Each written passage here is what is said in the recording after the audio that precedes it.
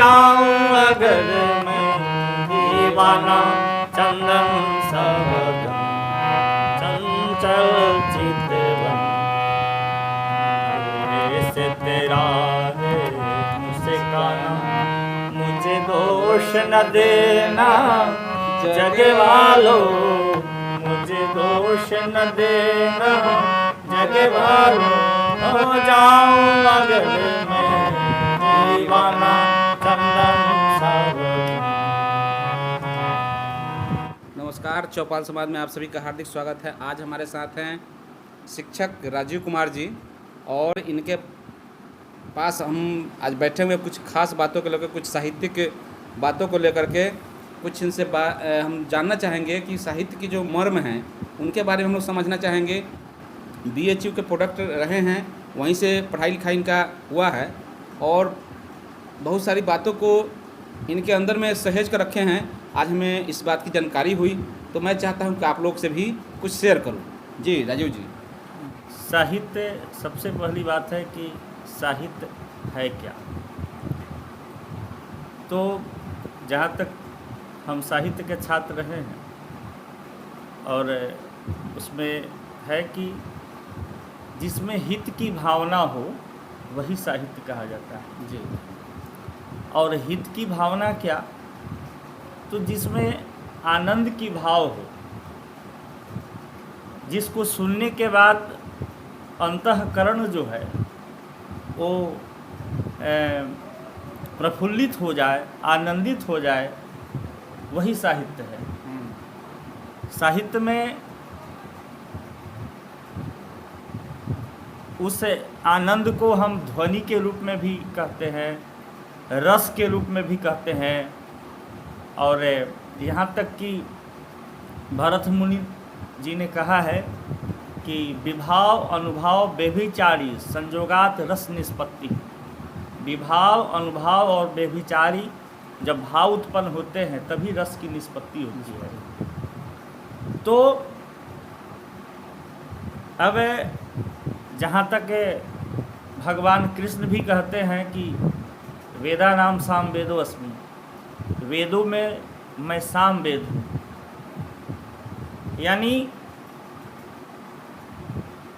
जब ऋग्वेद, यजुर्वेद और सामवेद, जब 3 वेद थे तो देवताओं ने यह महसूस किया कि एक ऐसे वेद की उत्पत्ति होनी चाहिए जिसे देवताओं का मन लगे। अच्छा, मतलब पहले से 3 वेद ही मतलब हाँ। है। ये चौथा वेद माने मन लगाने के लिए, मनोरंजन की दृष्टि से बनाया जी गया। जी। अच्छा। तो उसके बाद ब्रह्मा ने अथर्ववेद की रचना किया। अच्छा। तो अथर्वा और अंगिरा हाँ। से अथर्ववेद की उत्पत्ति हुई। अभी आपके सामने हमारे चारों वेद हमारे पास मौजूद भी है। हाँ। सामवेद जहाँ तक की बात है तो भगवान कृष्ण जी ने जो कहा कि वेदों में मैं सामवेद हूँ, तो यानी वह आनंद के लिए था। आज बहुत सारे टीवी चैनल में ऐसा है कि हंसने के लिए कोई माने चैनल चलाया जा रहा है। क्यों? हाँ। क्योंकि जीवन इतना व्यस्ततम हो गया है कि ऐसा कुछ टीवी चैनल लोग खास कर जैसे कपिल शर्मा का जो शो क्या है, हाँ, सही। क्या ज्ञान की प्राप्ति होती है कुछ वहाँ? नहीं, आनंद लेकिन है। क्या वेद है वहाँ? कुछ नहीं, कुछ बस इंजॉय है, आनंद है। हाँ। यानी जीवन में आनंद जरूरी है। तो साहित्यकारों ने भी आनंद के लिए साहित्य की रचना किया, आनंद प्राप्ति के लिए। तो यहाँ तक कि सामवेद की बात है तो सामवेद का प्रभाव उस युग में भी हुआ कि साम गायन जब होता था, साम ऋचा का जब गायन होता था तो देवता लोग भी प्रसन्न होते थे। हाँ। और यहाँ तक कि जो असुर लोग होते थे वे लोग भी नृत्य करते थे साम गायन सुनकर। और कहीं कहीं तो ऐसा हुआ है कि जैसे आप भस्मासुर की बात कीजिए तो भगवान विष्णु क्या कर रहे थे वहाँ पर? भगवान विष्णु जो है वो भी नृत्य रूप में करके और भस्मासुर को इंगित किए कि ऐसे नहीं, ऐसे ऐसे करो। ऐसे नृत्य करो, और उसमें भस्म हुआ। यानी दुष्टों का संहार भी उसके द्वारा हुआ है उस काल में। हमें तो अब साहित्य की जहाँ तक बात है तो आप पुराना फिल्म देखिए, पुराना जो भी फिल्म है उसमें पहले क्या था, गीत था, संगीत था, उसमें आनंद था।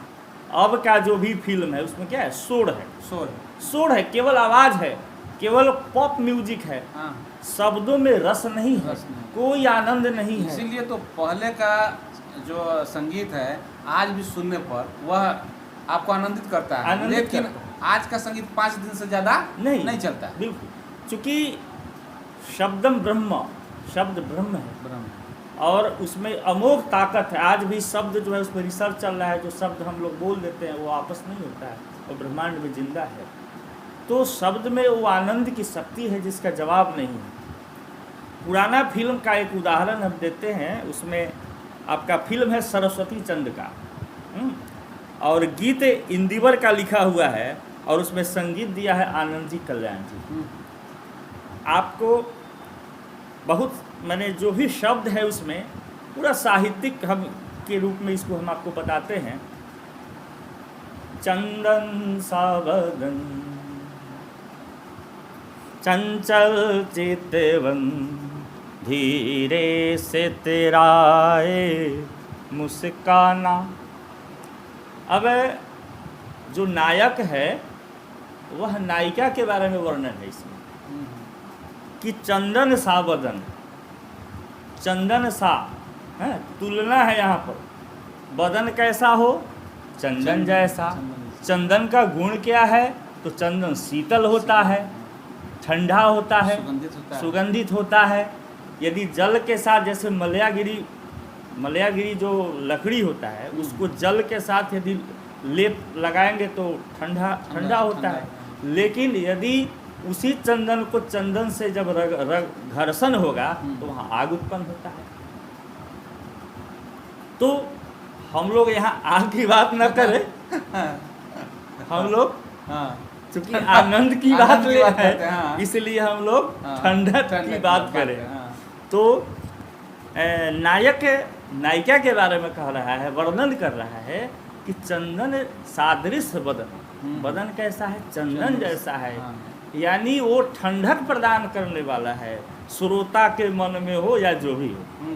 हाँ, और चितवन चंचल है वह, हाँ, ऐसा चितवन, ऐसी वो नायिका है। और मुस्काना कैसा, धीरे से, ज़्यादा मुंह खोलना नहीं है। हाँ, हंसितम मधुरम, हंसी कैसा हो तो मधुर हो, जिसमें मुंह खोल कर नहीं, मुंह खोल दिए तो हंसी समाप्त है। मुंह के अंदर ही हंसी हो जो प्रस्फुट हो, जैसे कमल का जो पंखुड़ी होता है, थोड़ा सा खिला हुआ होता है, वो हंसी हो, ऐसा मुस्काना। नायिका के इस रूप में वर्णन कर रहा है। हाँ, अब अपनी बात कह रहा है कि ऐसी नायिका जिसका बदन चंदन सदृश हो, चंदन जैसा हो, ऐसा उसका चंचल चितवन हो, और धीरे से यदि मुस्काना तो मुझे दोष मत देना। ऐ जग वालो, ऐ दुनिया वालो, मुझे दोष मत देना। किसी साहित्य में आया है कि अबला जीवन है तुम्हारी यही कहानी, हाथों में है दूध, आँखों में है पानी।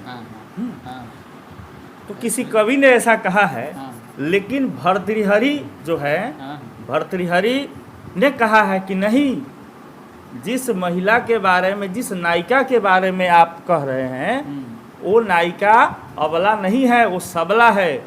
क्योंकि वो सबल है, वो सबल पक्ष यही है, चंदन साबदन धीरे से तेरा मुस्काना, मुझे दोष न देना जग वालों, वो सबल पक्ष है। क्योंकि उसके पीछे यह दीवाना नायक हो रहा है। उसके पास ऐसी ऐसे धारण की हुई है कि उसके पीछे नायक फिदा है यहाँ पर। तो भर्तृहरि कहते हैं कि वो अबला नहीं है, वो सबला है। भर्तृहरि जी कहते हैं। फिर कहते हैं कि हो जाऊं अगर मैं दीवाना, मैं उस पर यदि मैं दीवाना हो जाऊं तो मेरा दोष मत देना हे जगवालो। फिर आगे कहते हैं कि ए विशाल नयन, है विशाल नयन जैसे नील गगन, पंछी की तरह खो जाऊं मैं। उसके जो नयन है वो विशाल हैं, और कैसा, तो जैसे नील गगन है, पूरा अंतहीन, पूरा नीला गगन है वो आँखें। ऐसा विशालतम वो नयन है जो जैसा नील गगन पूरा आसमान ही है, और उसमें पंछी की तरह खो जाऊं मैं। और उस नीले गगन में पंछी की तरह कहीं भूल मैंने खो न जाऊं, ऐसा नायक अपने आप को कह रहा है। सिरहाना होकर तेरी बाहों का, सिरहाना यदि तुम्हारे हाथ का हो जाए, यदि तुम्हारे हाथ का सिरहाना हो जाए तो मैं अंगारों पर सो जाऊंगा, आग पर मैं सो जाऊंगा। वही नायक कह रहा है, सिरहाना होकर तेरी बाहों का, अंगारों पर सो जाऊं मैं। मेरा बैरागी मन डोले उठा। नायिका ऐसी स्थितियां परिस्थितियां जब पैदा करे तो बैरागी मन भी हो जाएगा, दीवाना हो जाएगा। बड़े बड़े विश्वामित्र भी भंग हो गया उनकी तपस्या। फिर कहते हैं, तन भी सुंदर मन भी सुंदर, तू सुंदरता की मूरत है। तन भी सुंदर मन भी सुंदर। लिखने वाला यह कहता है कि ये तो तन की बात है, तन तो सुंदर है ही, इसमें दो राय नहीं है, लेकिन मन भी सुंदर है। जीवन में व्यक्ति को तन से ज़्यादा मन, और जिसका तन और मन दोनों सुंदर हो, फिर सोचना क्या। किसी और को शायद कम होगी, मुझे तेरी बहुत ज़रूरत है। शायद किसी को कम ज़रूरत है, लेकिन तेरी ज़रूरत मुझे बहुत है। ऐसा नायक कह रहा है कि तुम्हारी बहुत ज़रूरत है हमें। पहले भी बहुत दिल तरसा है, पहले भी बहुत दिल तरसा है, तू और न दिल को तरसाना। चंदन सावधन चंचल चितवन, धीरे से तेरा है मुस्काना। मुझे दोष न देना जग वालों, मुझे दोष न देना जग वालों, हो जाऊं अगर मैं दीवाना। चंदन सावधन।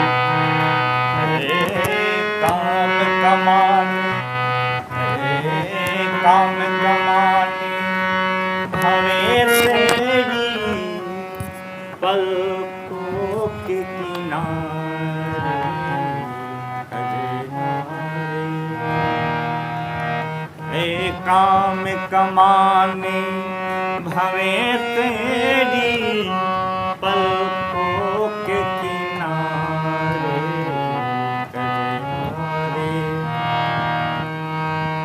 है काम कमाने भवें तेरी पलकों के किनारे कजरारे। यानी भाव जो है वो कह रहा है कवि अच्छा कि वो काम रूपी कमान है, जिसे धनुष है, धनुष हाँ, है। धनुष है। दोनों जो भ्रू है, भाव जो है, धनुष है। हाँ, उसको धनुष माना है। माथे पे सिंदूरी सूरज है, यानी माथे पे जो सिंदूर है वो सूरज है। वाह, पूरे काला आकाश मान लीजिए और वो बीच में वो सूरज है। सूरज है। हाँ। होठों पे दहकते अंगारे, और होठों पर दहकता हुआ अंगारा है वो। होठ जो है उसको कवि ने कहा है कि दहकता हुआ अंगारा, धधकता हुआ अंगारा है।